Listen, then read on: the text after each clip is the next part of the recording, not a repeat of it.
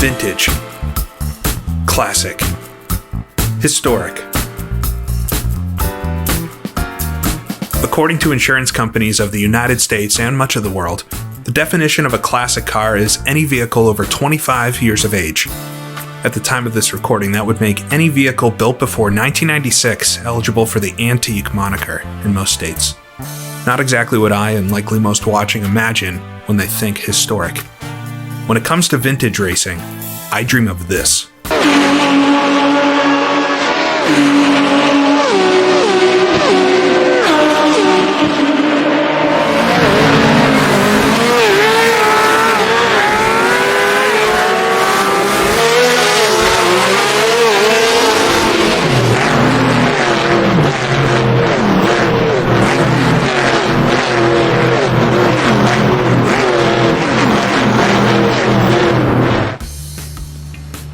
Despite the focus on modern GT3, within the world of sim racing we're still spoiled with a great selection of vintage and classic automobiles. Whether it be road cars or racing cars, from Le Mans to Formula 1, the variety is stunning and it's only growing. But over the past 20 years, officially released vintage content has largely centered around one specific decade, the 1960s.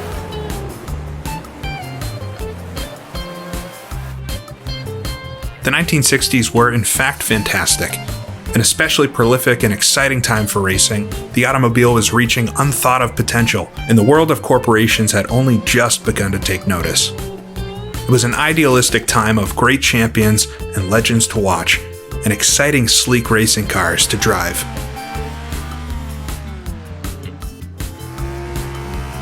The relative simplicity is a draw for some. Cars and circuits which reward driving talent. Just throttle, brake, clutch, and a steering wheel. No driving aids or downforce, just pure racing.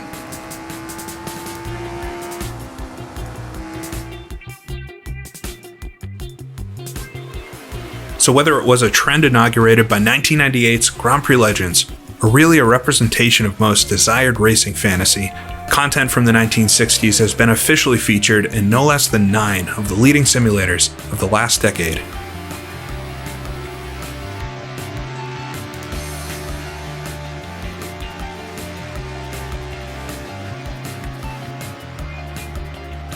Although the 1960s were a fascinating time, they make up a small snapshot of the history sim racing could provide. Winding back the clock further to a time before easily available photographs and well-recorded footage uncovers an even greater potential for sim racing as a time-traveling tool to experience, relive, and appreciate the past. In just the last couple of years, we've enjoyed a relative boom in racing content from the 1920s, 30s, and 1950s, with user-made modifications being released for sims such as R-Factor and Assetto Corsa, adding exciting new decades and evolutions of the racing car for us to enjoy. And with more on the horizon, there seems to be a bright future ahead for us historic racing enthusiasts. It's becoming increasingly possible to understand just how advancements made throughout each decade influence the next. With each earlier time period represented, the later become more interesting. For instance, you gain a new appreciation for how amazing the high-powered Grand Prix cars from the 1930s were, once you have an understanding of what was possible just 10 years earlier. So if the further we go back, the more we appreciate what came after, what if we went all the way back? All the way back to when automobiles were first invented, when the public was perplexed by seemingly magic horseless carriages, and when racing them was only a faint dream of the future.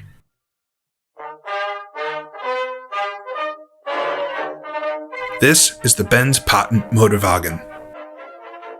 The Benz motorcar was, for argument's sake, the very first automobile. In fact, it was patented by its designer Karl in 1886 as a vehicle with gas engine operation.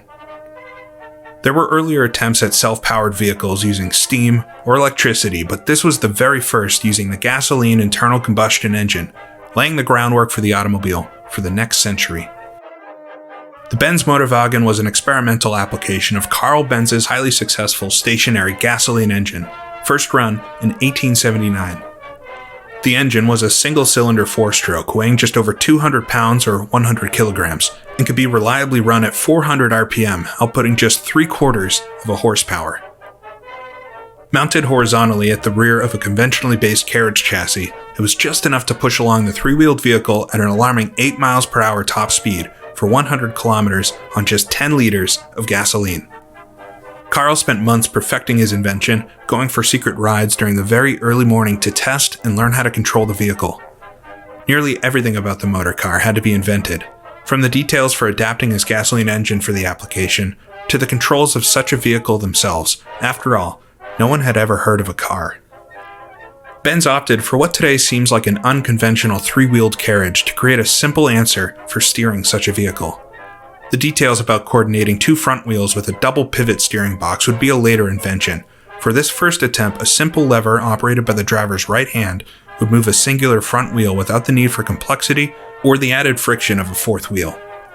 And there was no transmission or carburetor. In fact, the engine's crankshaft and many other parts lay exposed and open to the air as a part of a total loss oil system, leaving a slippery trail wherever it went. The lever to the left of the driver was multi-purpose. It could be pulled back to apply power to the rear wheels, somewhat like a clutch disengaging, but possible to hold in different positions. It could be pushed forward for neutral, and pushed even further forward for a pseudo-brake, which simply applied pressure to the countershaft belt pulley with a leather strap to slow the wheels. A dial existed underneath the driver's seat, allowing you to adjust the air-to-fuel mixture of the engine, somewhat like an aircraft, to maintain peak engine performance. The Benz Motorwagen had its first public drive on July 3, 1886, on the Ringstrasse in Mannheim to a crowd of excited onlookers. It's hard to appreciate with modern eyes what it must have been like to see a carriage, which had only ever been pulled by a horse, sprung to life on its own with the loud thump thump thump of the combustion engine behind it, pushing the carriage along faster than most would run. Karl's wife Bertha took the Motorwagen for a cross-country trip in 1888 with their two sons from Mannheim to Pforzheim. A trip of 180 kilometers, it took just 13 hours, proving the practical use of the vehicle and forever changing how the world traveled. The future had arrived, and it was gasoline-powered. And now we can experience this pioneering car in a simulator. The Benz Motorwagen has been created for Assetto Corsa by user SatLab over at Race Department. The vehicle has been faithfully modeled from scratch for the sim and features many fully animated parts, unique engine and physics creation, and a custom driver model to fully embrace the 19th century. Driving the Benz Motorwagen with our now conventional modern steering wheel controls just wouldn't do it justice. So to try to understand more what driving the very first automobile would have been like, I've set up some special controls to try to emulate the specific configuration the vehicle had. I'm here on a nice country road in the Wicklow Mountains region of Ireland. This isn't exactly Germany, but these roads feel and look a lot more like roads around Germany would have been in the 1800s. Of course, these are paved. That's one major advantage over the roads of the actual time, but should give a better impression of driving this car and what it might have been like back then. And I've got my makeshift control set up, and I mainly got this throttle lever on the left, which doubles as my brake. So pushing it forward applies that leather strap brake. Pulling it to the middle is more of a neutral, and then pulling it back increases the throttle or power. And I've seen a couple different sources on how the actual throttle works with this. It is somewhat of a fuel to air mixture throttle like an airplane would be. And the mod creator talks about there being a dial underneath the driver's seat which controls that mixture precisely, and that the lever is a little more of a clutch. But either way, watching real folks operate this car, they're pulling back a throttle or a clutch type device to make the car move. So pulling this back will make the car move and is the main means of controlling. Then got this makeshift joystick set up which would control my right to left or left to right steering, and strapped a piece of something on here to help make it more turnable. But this is that center pivot front wheel that will help me turn the car as we move forward. So we'll open up the throttle and start rolling away down our little path. And if you're headed uphill in this car, you're definitely not going to be making fast progress, as I'll increase that throttle slowly to full and we'll start rolling away. And luckily we're on somewhat of a downhill, right up to speed awful quick. We'll lay back on the throttle. Something you wouldn't get with a pedal is how much you would actually keep the throttle in a position with a car like this. You absolutely wouldn't want to run this with full RPMs the whole time that you're controlling it, especially for the engine wear and just pushing too much power through the engine itself. You'd run it at 3/4 or half throttle like I have it set right now and putter right along. We're going about 6 miles an hour at this state, and you're very high up sat in this car. It's one of the things that I noticed right away. And looking out the front, you really can't see anything. You have to actually look down a bit to see your hands and feet sitting on the front of this bench. So you're fully exposed, traveling through the countryside. It's quite beautiful.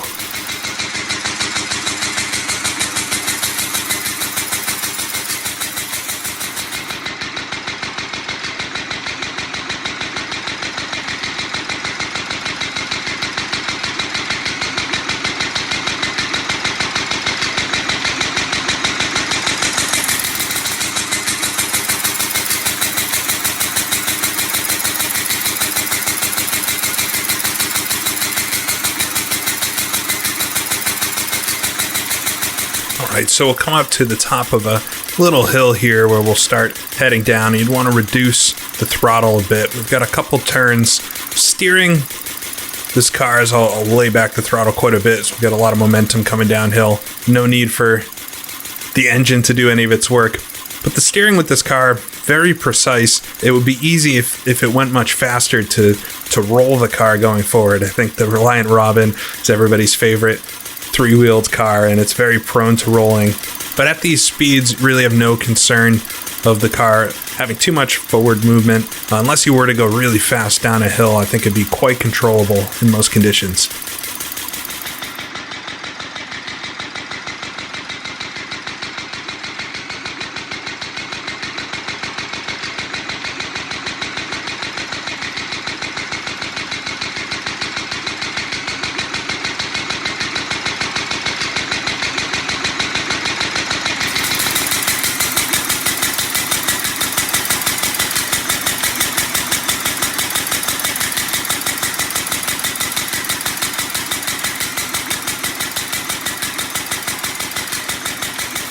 You really have to think about the time when this vehicle arrived to fully appreciate it. The average citizen was really just used to horses as a main means of transportation, and it was mostly your 2 feet that got you around. There were, of course, ships and steamboats and things, as well as, of course, the steam engine and trains, which were your major forms of transportation. But to have something so free, really similar to a horse, but not organic, something that you didn't need to tend to and care for, you just put some oil in it, put some fuel in it, and away you went. And that same freedom is just absolutely amazing.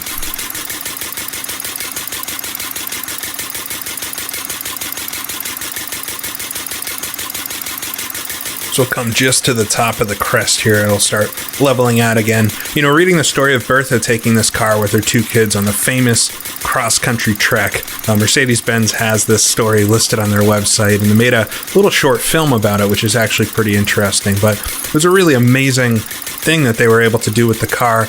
They do talk about a couple of mechanical issues they had along the way, and they actually stopped at a pharmacy to buy gasoline, which was the place it was sold in those days. And that pharmacy they stopped at is now advertising itself as the first gas station of all time. But all in all, very few issues over the whole trip, and they attracted crowds everywhere they went, just wanting to see this interesting vehicle, and some folks being afraid of it, and others being quite excited by the thought of this being commonplace. And just a few years later, it really was.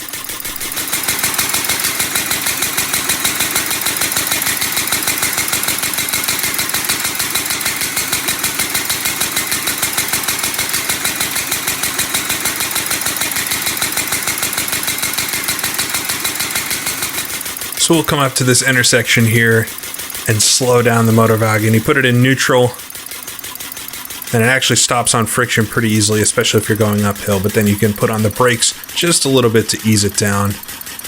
So we'll make the transition there.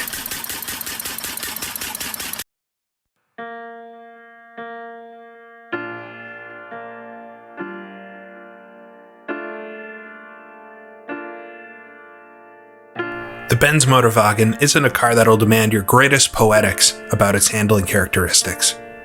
It won't challenge you to another lap to try to shave a couple tenths off your best time. Driving Karl Benz's creation, if only for a couple minutes, will help you understand. The next time you get into, for instance, the 1922 Roland Pillion and you slam into third gear, barely able to get past 80 miles an hour, you can look at it not with the knowledge that the closed course record is over 240 miles an hour, or that a car could lap the Nürburgring in under 5 minutes and 20 seconds, but rather through the eyes of somebody that saw a carriage move without a horse for the first time. 80 miles an hour to them would be amazing, unbelievable, and impossible.